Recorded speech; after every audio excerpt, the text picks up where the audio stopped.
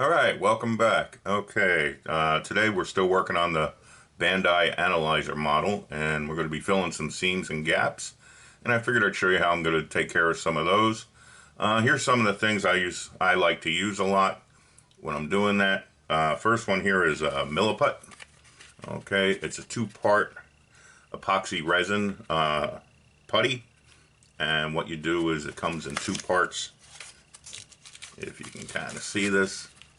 You get two rolls of it. Okay, you kind of take off what you knead it together for about a minute, and then you can mold it and shape it, and you wet your fingers a little bit, you smooth it out as much as you can, get it going, and then within about an hour or so it dries rock hard. Let it dry a little bit more. You can sand it, you can paint it. It doesn't harm plastic. It actually even adheres to plastic pretty well. So good stuff here. Best thing of all, this does not shrink. Okay. If the gap's not that big, I'll go to the Tamiya Putty. This does shrink. Okay, just like all the other putties. So expect that you're going to be giving it a couple of coats and kind of expect the shrinkage and compensate for that. If it's a small little gap, I like to use this. Okay, it's from Mr. Hobby. It's Mr. Dissolve Putty. Okay, great stuff. It's just liquid putty. It's pretty much your regular white putty with a little bit of lacquer thinner in it or whatever. This is lacquer base. So, and it does like to dry out a little bit. So if you open your bottle and it's starting to dry out, put a drop or two at a time of some lacquer thinner and it'll come back to life. Just mix it around real good and do that. I just had to do that with some of this. So it does like to dry out. So, but it's great stuff. It does shrink a tiny bit. And so try to compensate for that. And we're going to be using this today. I'm going to show you how not to have to sand it, okay? So that's what we're going to work on today. Also, Mr. Hobby also makes Mr. Surfacer, okay? This is the 500 grit. Basically, this is a lacquer primer, okay? And it's pretty thick. The 500 stands for how much grit is in per whatever. I don't know if it's milliliter or whatever. However that works. Alright, but this is the thickest one at 500. They make a 1000 and they make a 1200. I don't really see the need of buying 1200 since this is kind of expensive, especially to try to get in the States. If you need to go that, then just put a drop or two in of lacquer thinner in this. It's all lacquer base, and thin it down yourself and you'll be doing fine with that. They say you can airbrush the 1200 if you thin it down, but I don't see a reason to. Okay, if you want a filler putty, go back to the Alclad. Okay, use that filler putty. Works great. It fills in all the minor scratches. Okay, easily.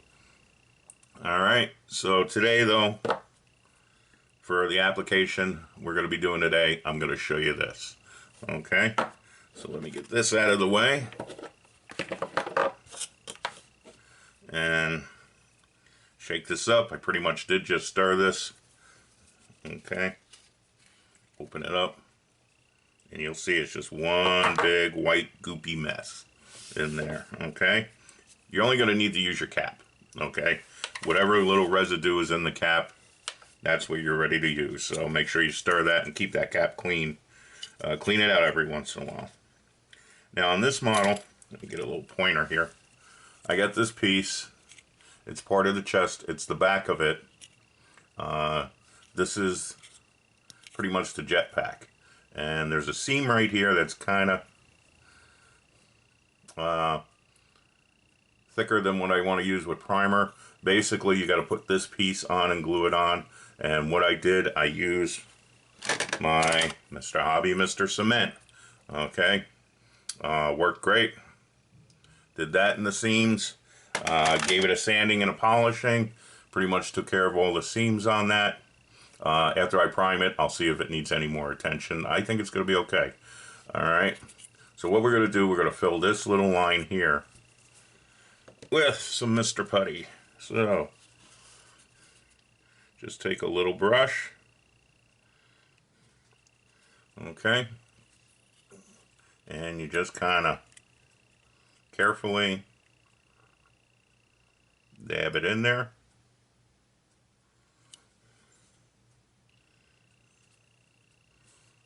Let me try to keep that in camera.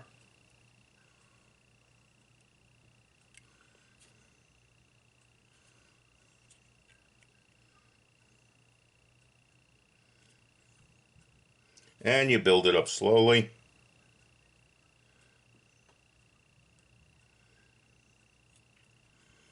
Don't worry if you get a little messy with it. We're going to clean that up in a bit.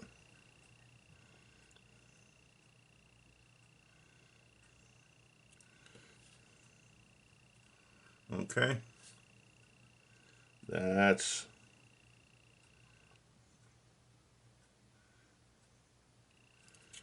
pretty much it. You just kind of fill that in. Okay. I might have to go back and give it another little coat in a little bit. First thing I'm going to do is let this dry. Okay. It dries in anywhere about 10 minutes to half hour to an hour, depending on your conditions. So I'm going to let that dry pretty well, though, and we'll do that off camera, and then I'll come back and I'll show you what we're going to do. But before I do that, also let me show you a good way of cleaning up your brushes with this stuff. Acetone, okay? Regular acetone, I just keep it in a little bottle, marked acetone. Okay. Just stick that in there.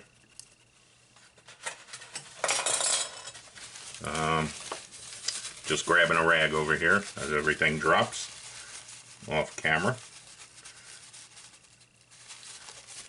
And there we go, brush is clean. Just stick that in there again a little bit. Now, don't use your good brushes for this.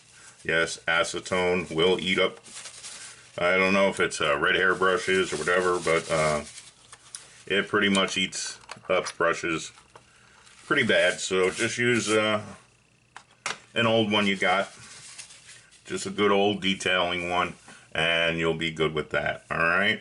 Now, before I go though, I want to talk about sanding. Sometimes you do gotta sand. I always use sandpaper. Now they have sanding sticks, and I want to talk about saving a little money with sanding sticks. I got some here. Okay, these are a certain brand. Okay, you'll probably see. I'll just flip them around. Whatever. Yeah. Okay.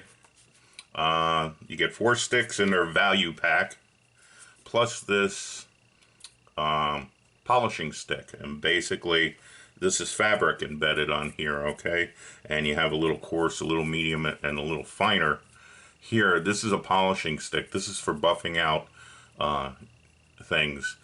This works great for clear canopies. You can buff out glue marks, the whole thing. I just had to buff out a glue mark on something, and I used this. It worked great. But you can also use it on bare plastic. Before I prime anything, I like to polish up anywhere I sand it real quick with this, just for a couple of seconds, and it polishes good, and I can see it pretty much how everything's going to lay out even before I prime it. And then the priming's the last test, of course, but this thing I'm falling in love with. Okay, basically though, try to get a set of these 5. You're going to pay anywhere, and I checked this morning on Amazon and eBay, and both had a number of hobby shops that were selling these items. Basically, you're going to pay anywhere from $13 to $16 plus shipping. I did find a place, $19.96 with free shipping, but it's coming straight from the UK. And of course, since it's free shipping, it's the cheapest shipping possible. You're going to wait a long time to get it. All right. But that's the price. Okay. Now, my girlfriend a little while ago was heading over to Sally's. It's a beauty supply place open to the public, not just the industry. And she was going to go pick up some nail polish and a few things. And I gave her $10 and said, hey, Give me some sanding sticks. Okay, I showed her what I had. She knew all about it because she has them, okay, for her nails. I said, here's 10 bucks. Buy me 10 bucks worth of sanding sticks. Okay, and then whatever change, okay, for the tax. So here's what I got, okay, for pretty much, when I bought it, I got it for $12 plus about $6 shipping. Okay, so $18. Here's what I got for $10. Okay, the same thing, even bigger.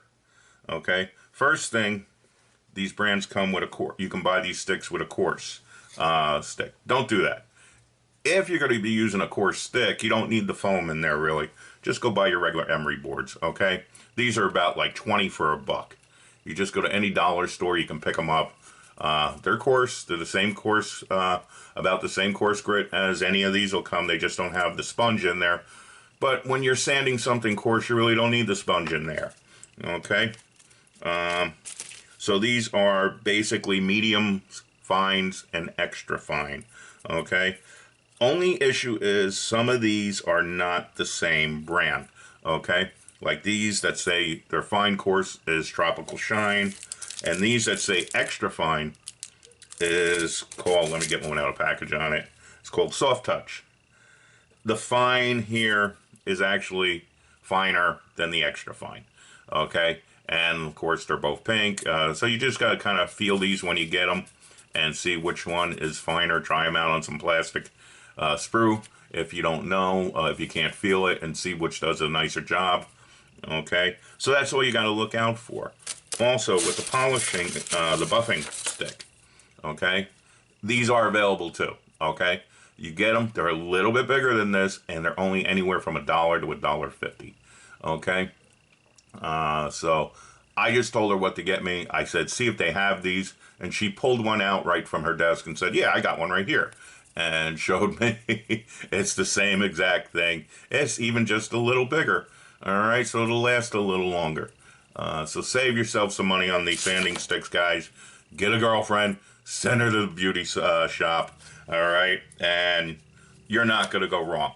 Okay, all right, now I'm going to let that dry, and we'll be back in just a moment. Okay, bye. Okay, well, it's only been about 5 minutes since I cut the camera off, and it's dry already. Okay, you can touch it, feel it. It's pretty well dry. Now here's what we're going to do. We are going to wipe away the excess with some acetone. Okay, we're not going to have to sand when this gets done.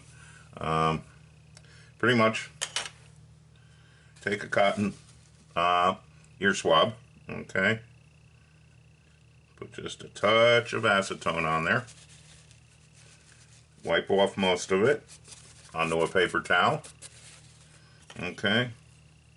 And you're going to go in there.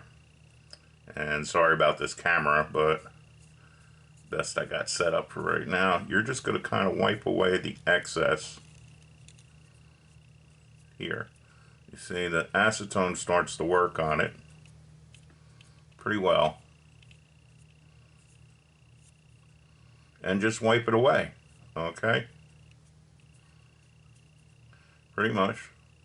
I'm probably going to have to go back in and do one more little coat of this since I was doing it on camera and not something I'm quite used to. Okay, a little more acetone on there. Okay, I hope you can see.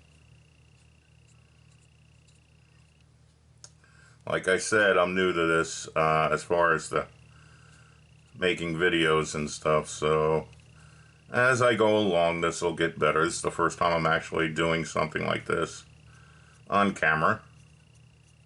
For you guys who do it all the time, my hat's off to you. I'll tell you though, I've learned a lot of you guys, okay? Dr. Cranky, can't say enough. How much I've learned from you. Before I even started modeling again, I got on YouTube and started looking, found you. So many good tips out there. A bunch of other guys. Interstellar Modeler, another guy, great. The Black Knight, he's actually the guy who I watched one of the first ones, and I'm just following his technique here on this. Check him out. Dirt Pick, really good guy. Classic Plastic 101. Oh, really great stuff. What a nice fine painter he is too on some of his figures. He makes some of those